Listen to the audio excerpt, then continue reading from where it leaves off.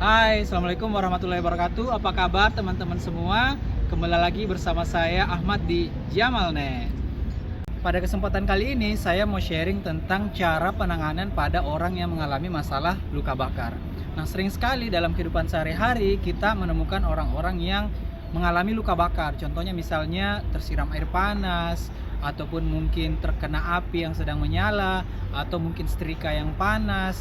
Nah, itu sebenarnya bagaimana penanganannya? Selama ini kan ada informasi-informasi yang kita dapatkan dari orang tua kita, misalnya kalau kena luka bakar harus dikasih misalnya pasta gigi atau odol, atau juga ada yang bilang harus dikasih air es, ada juga yang bilang dikasih madu, atau juga ada yang bilang dikasih daun pisang. Nah, sebenarnya cara yang seperti apa sih yang harus kita lakukan? Nah, sebelum lanjut lebih jauh, saya ingin infokan bahwa luka bakar itu penyebabnya bermacam-macam.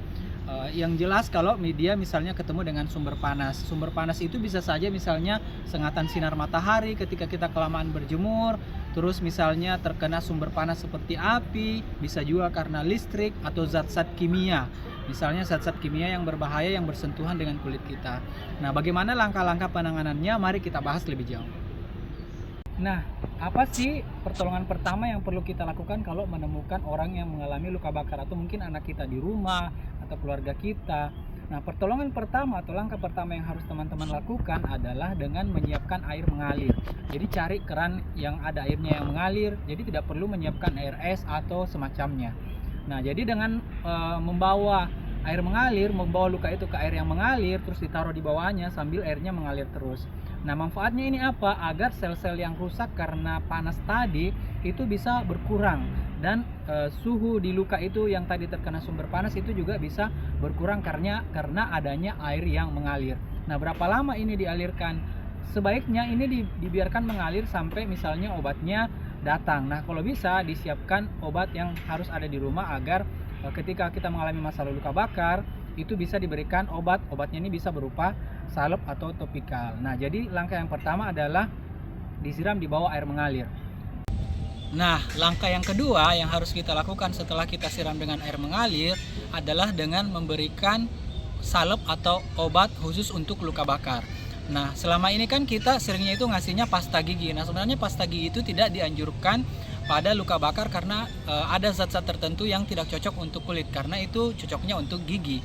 Seperti itu. Maka lebih dianjurkan yang tadi yang pertama disiram dengan air mengalir. Setelah itu baru kita berikan salep. Nah, beberapa salep atau obat topikal yang ada di apotek itu, yang pertama ada namanya mereknya misalnya Bioplacenta. Setelah itu dioleskan di kulitnya yang terkena luka bakar, maka itu akan mengurangi efek jaringan yang luka dan mempercepat luka itu untuk sembuh. Nah, Bioplacenta ini berupa salep yang warnanya bening seperti gel.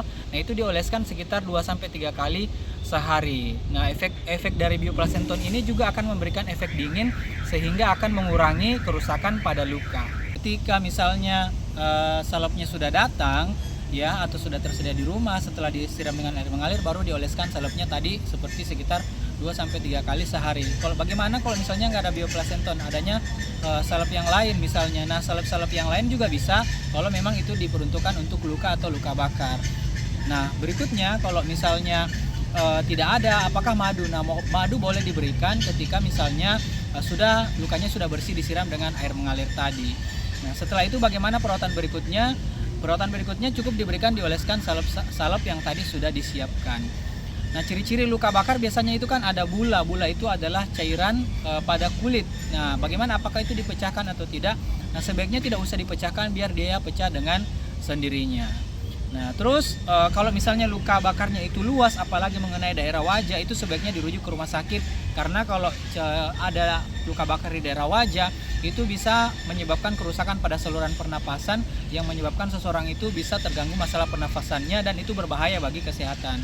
Nah, jadi lihat kondisinya, apakah misalnya ini luka bakarnya kecil atau besar. Kalau besar ya sebaiknya dirujuk ke fasilitas pelayanan kesehatan.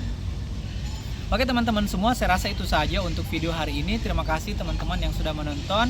Sampai jumpa lagi di video-video yang lainnya. Saya Ahmad, salam Jamalnet dan bye-bye.